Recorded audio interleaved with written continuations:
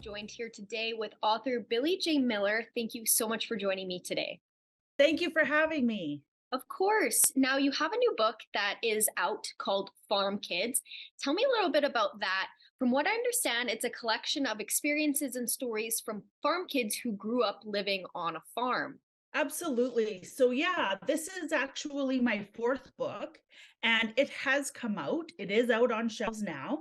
It was launched in the very end of December of 2022. So, this is my fourth project from this is my home community of Lloydminster.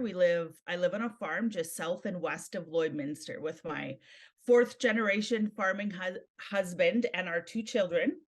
And as I mentioned, this is my fourth project. So, what I did in this particular book was I interviewed 27 men, women, boys, and girls of all about what life is like being raised on a farm as a farm kid.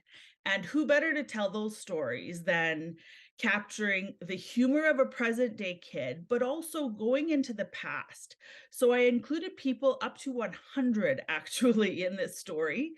And I consider myself so lucky. It's my two favorite people to kind of speak to are either kids or seniors, to be honest. And so I got to accomplish that goal in this book.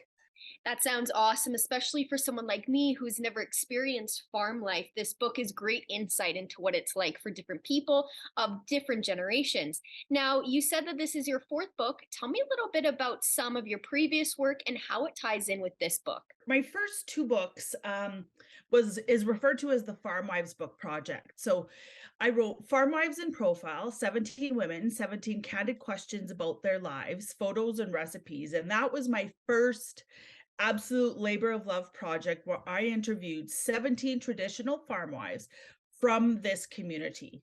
So they were amazing women between the ages of 55 and 90. Got to talk to them about their life on their farm, their contributions to this community, their contributions to their farms, their operations, their families. And yeah, that was a huge labor and included recipes as well. So that was book number one. Book number two was Farm Wives 2, and that expanded the picture a little bit, talking to women who are from generations younger than that as well. And that expanded to interviewing women from across the country too. So still lots of local women, but also women from other different kinds of farms as well, which tells an interesting story. My third book was an absolute detour. So enter the time of COVID, and I was stuck at home with my kids, like many of us were when school got canceled, right, because of COVID. And a really funny story happened involving our family dog named Bubble. She's a Bernese Mountain Dog, and bless her soul, we still have her. We still absolutely adore her.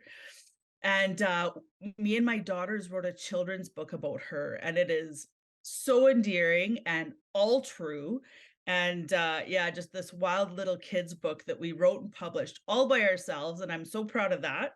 This seems like a very unique concept by getting the actual experiences from different people. Why did you decide to go this route and interview different people instead of using your own experiences? Well, I feel like there is such a richness in story, like just like in our community, and why I started writing about these families that I live around and this lifestyle in particular. There's such a richness in these stories. And I often go back to the old adage that when an elder dies, a library burns to the ground.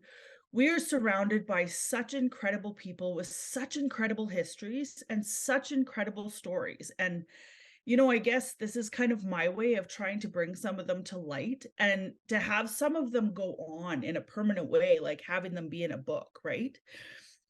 Like I said, to be able to sit down and discuss with people who are now 101 years old about what was life like when you came home from school. What was a typical Saturday like for you? What are some key memories you have of your mom?